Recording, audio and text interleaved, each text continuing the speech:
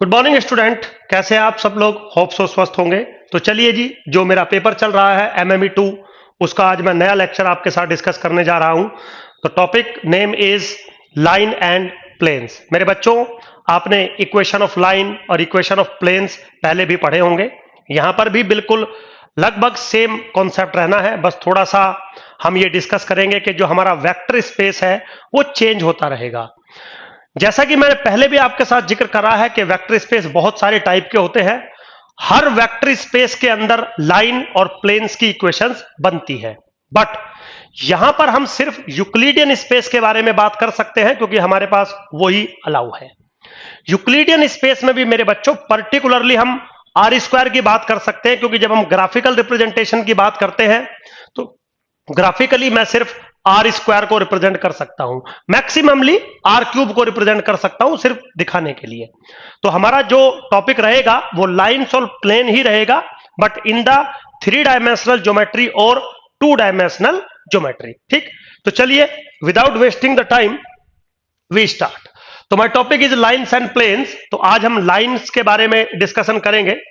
तो मान लीजिए मैं वेक्टर स्पेस जो ले रहा हूं पर्टिकुलरली वो ले रहा हूं R3, मतलब 3 डायमेंशनल ज्योमेट्री में मैं अपनी चीजों को एक्सप्रेस करूंगा।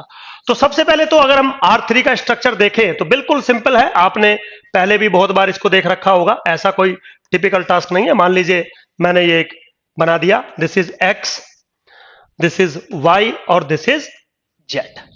अब लाइन मेरे बच्चों दो टाइप से बनाई जाती है।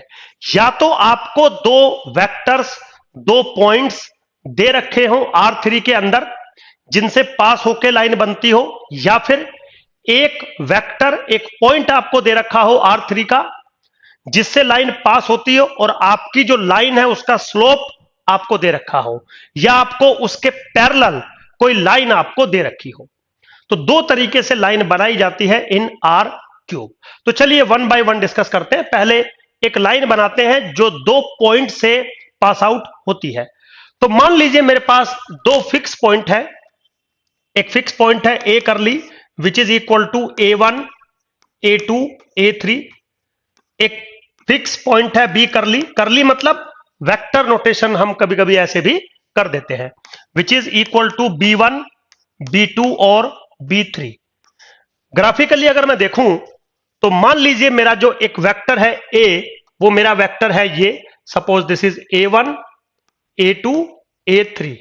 और जो दूसरा मेरा वेक्टर है बच्चों, वो दूसरा वेक्टर है मेरा ये, now this is B1, B2 and B3। आप इसको ऐसे लिख सकते हैं B vector, now this is my A vector, कोई प्रॉब्लम नहीं है। अब मुझे एक लाइन चाहिए जो इन दोनों पॉइंट से पास आउट होती हो, कोई प्रॉब्लम नहीं है। देखिए बच्चों, सबसे पहले तो अगर ये मेरा वेक्टर है ए वेक्टर, ये मेरा वेक्टर है बी वेक्टर, तो मैं एक वेक्टर यहां पर परफॉर्म करना चाहता हूं। Now this vector is nothing but B minus A. ये चीज मैं आपको समझा चुका हूं कि जो एरो का सिंबल होता है वो उस वेक्टर की तरफ लग जाता है जिस वेक्टर में से आप सब्ट्रैक्ट कर रहे होते हैं, क्योंकि ऐसा रूल है। ठीक, कोई प्रॉब्लम नहीं है। अब मैं ये कह रहा हूं कि क्योंकि लाइन का डेफिनेशन था कि उसका स्लोप हमेशा सेम रहता है, कांस्टेंट रहता है, तो वो लाइन यहां पर कैसे बनाई जा सकती है। सबसे पहले तो ए और बी वेक्टर को आप देखें, उनको सब्ट्रैक्ट करके आपने ये पार्ट बनाया। अब इस पार्ट को जो कि वेक्टर है बी माइनस ए, अगर मैं इस पार्ट को स्केल्ड कर दूं, तो पिछले लेक्चर में मैंने स्केल्ड का मतलब आपको समझाया था कि इस वेक्टर में मैं किसी भी एक नंबर का मल्टीपल अगर करता हूं तो ये स्केल्ड हो जाता है। अब जब ये स्केल्ड हो जाएगा तो स्केल्ड वेक्टर कैसा बनेगा, T इंटू बी माइनस ए। अब इसका जो स्ट्रक्चर है T इंटू बी माइनस ए, वो उसका जो डायरेक्शन होगा वो बिल्कुल सेम इसी डायरेक्शन में रहेगा। अगर T की वैल्यू पॉजिटिव है तो यहां से इस तरफ आएगा, अगर T की वैल्यू नेगेटिव है तो थोड़ा पीछे ऐसे चला जाएगा। लेकिन परफॉर्म क्या करेगा, एक लाइन को परफॉर्म करेगा।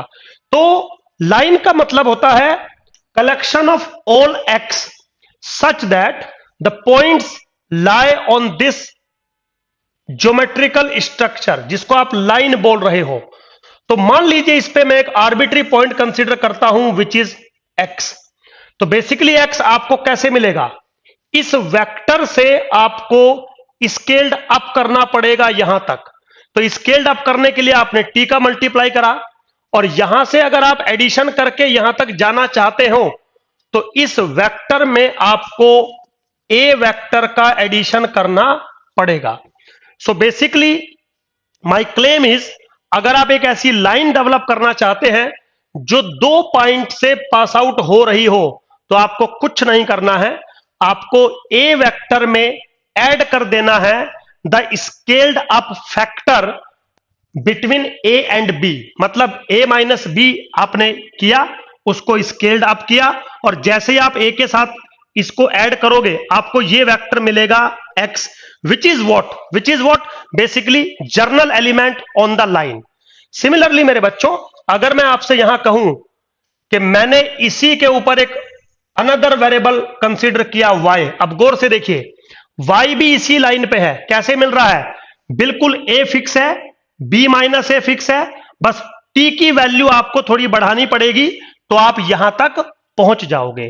सो means line is what, line is the collection of all such vector x which can be represented in this form where t is any real number, where t is any real number।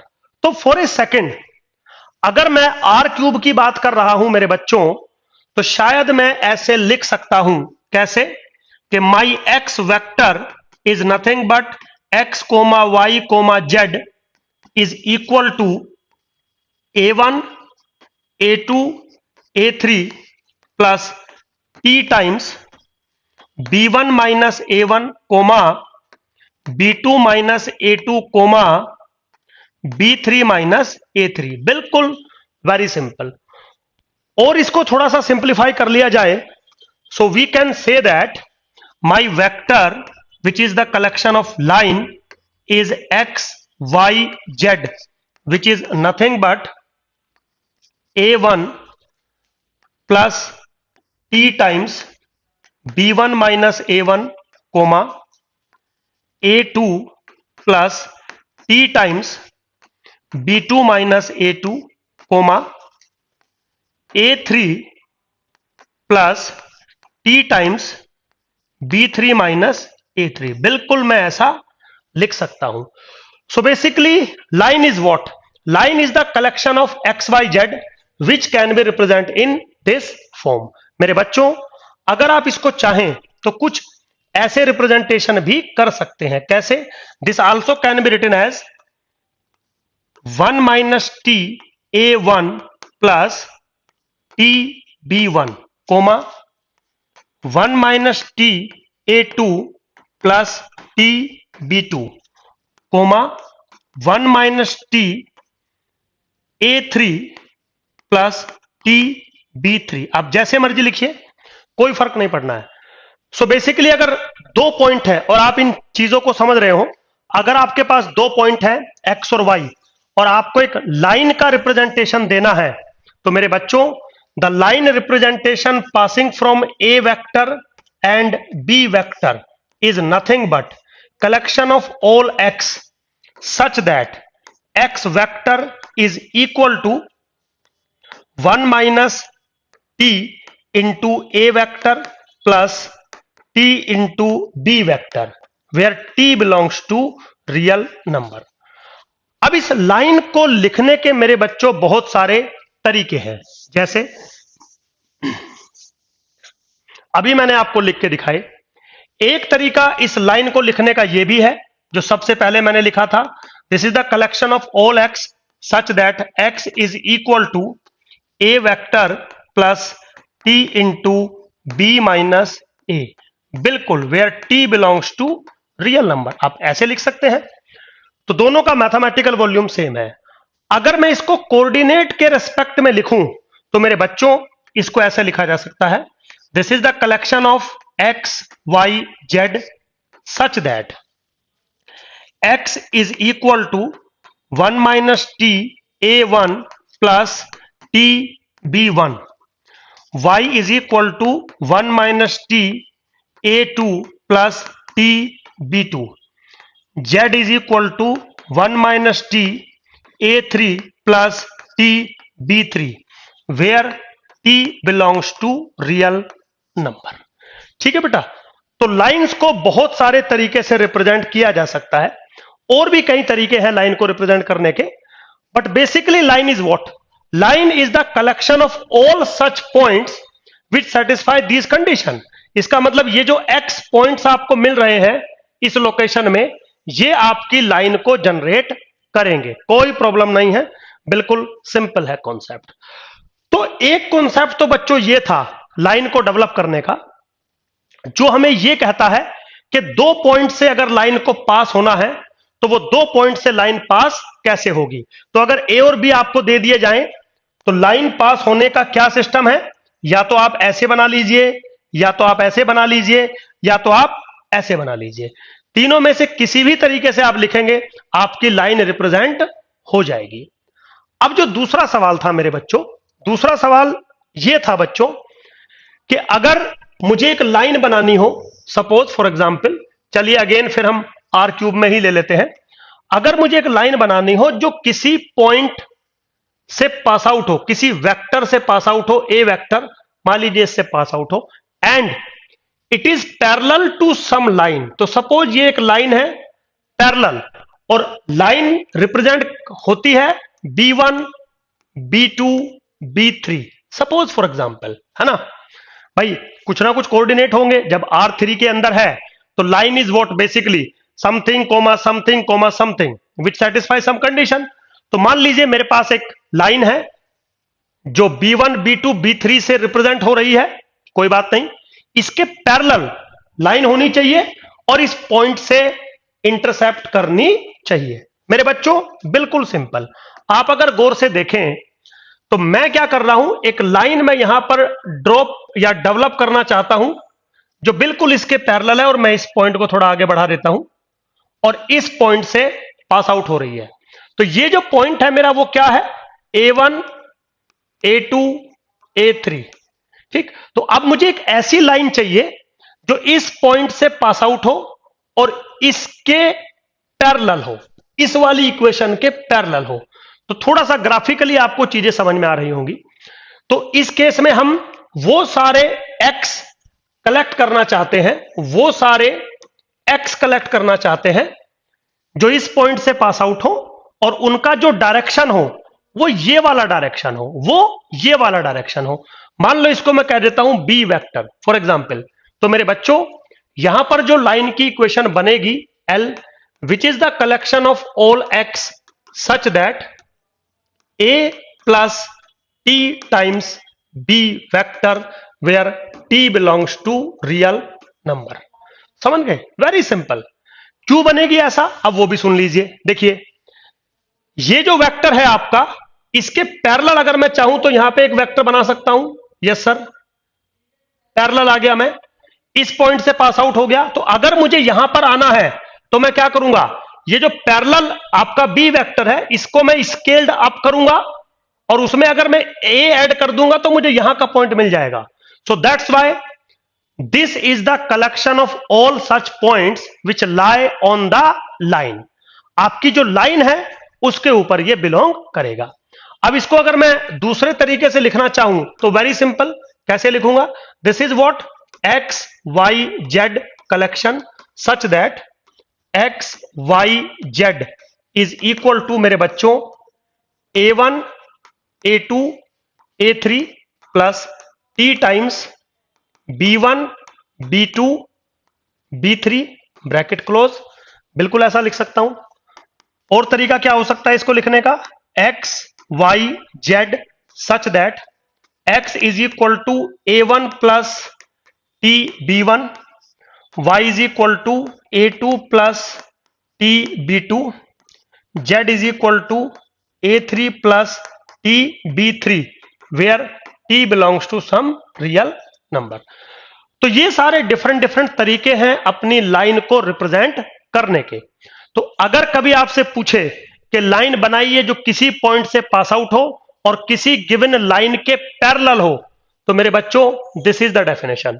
अगर पूछे कि line बनाइए जो पास out हो दो points A और B से। तो मेरे बच्चों दिस इज द डेफिनेशन।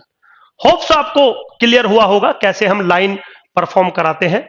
अब मेरे बच्चों आपके दिमाग में जा रहा होगा सुधीर सर एग्जाम में क्वेश्चन कैसे आता है।